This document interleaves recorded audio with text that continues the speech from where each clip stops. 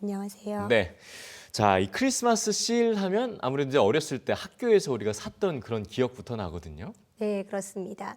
바로 그 실입니다. 네. 우표 모양이죠. 예. 올해에는 이렇게 세계 평화의 섬 제주도와 해녀 문화를 주제로 이렇게 10장의 우표 실이 나왔습니다. 네. 그런데 최근에는 사실 스마트폰과 이메일이 너무 잘 발달이 되어 있다 보니까 사실 이렇게 손카드를 쓸 일이 많지가 않죠. 자연히 실도 붙일 때가 마땅치가 않은데요. 네. 그래서 이름은 실이지만 컵이나 마그네틱 자석과 같은 다양한 제품들도 나오고 있습니다. 그렇군요. 컵이랑 마그네틱이라는 얘기는 저도 오늘 처음 듣는 것 같은데요. 네.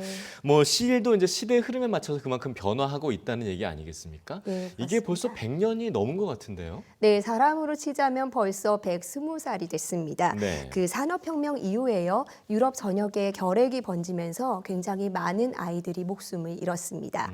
그때 덴마크의 우체국 직원 아이날 홀베리어 연말마다 쌓이는 엄청난 우편물에 이렇게 동전 한 입짜리 크리스마스 실을 붙이면 그 돈으로 수많은 생명을 구할 수 있다고 생각을 했습니다. 네. 그래서 1904년 12월 10일에 세계 최초의 크리스마스 실이 발행됐습니다.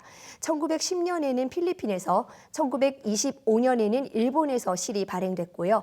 우리나라에서는 1932년에 처음으로 실이 발행이 됐습니다. 네. 이 실을 소개한 건 캐나다의 선교 의사인 셔우드 홀입니다.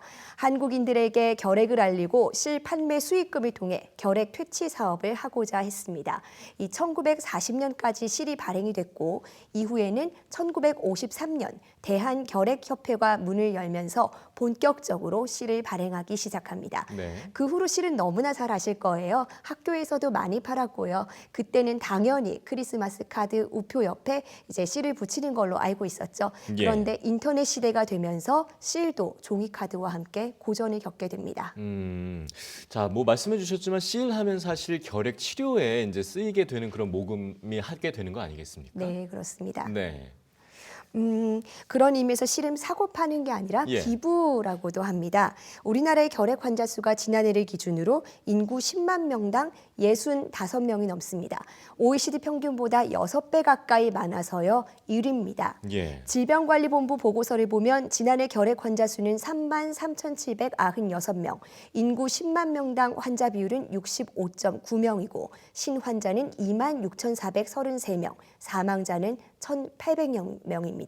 하루 평균 72.4명의 결핵 환자가 새로 발생이 되고요. 4.9명, 거의 5명이 날마다 사망을 하는 겁니다. 네. 결핵을 흔히 후진국형 질병이라고 하죠. 근데 요즘 같은 시대에 웬 결핵이야 하시겠지만 사실 요즘은 오히려 약이 안 듣는 결핵, 항생제의 저항력을 기른 새로운 내성 결핵이 또 심각하다고 합니다.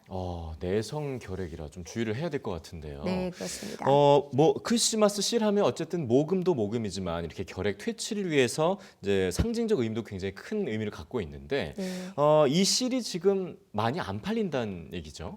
예, 사실 올해 모금 목표액이 30억 원입니다. 네. 지난해에는 42억 원이었는데 굉장히 많이 줄인 거죠.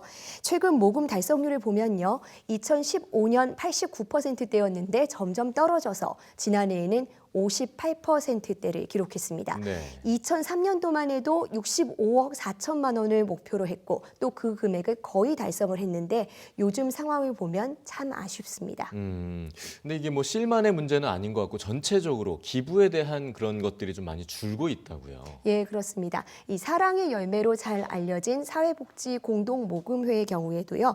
올해 나눔 목표액을 4,257억 원으로 잡았는데 오늘까지의 모금액이 30%를 겨우 넘겼습니다. 추운 겨울 이웃을 생각하는 나눔과 기부의 의미 다시 한번 생각해보는 시간이 되면 좋겠습니다. 네, 왜 또 크리스마스 씰이라는 이름이 붙었는지도 함께 생각해 보면 좋겠네요. 네, 네, 서연아 기자 수고했습니다. 예, 감사합니다.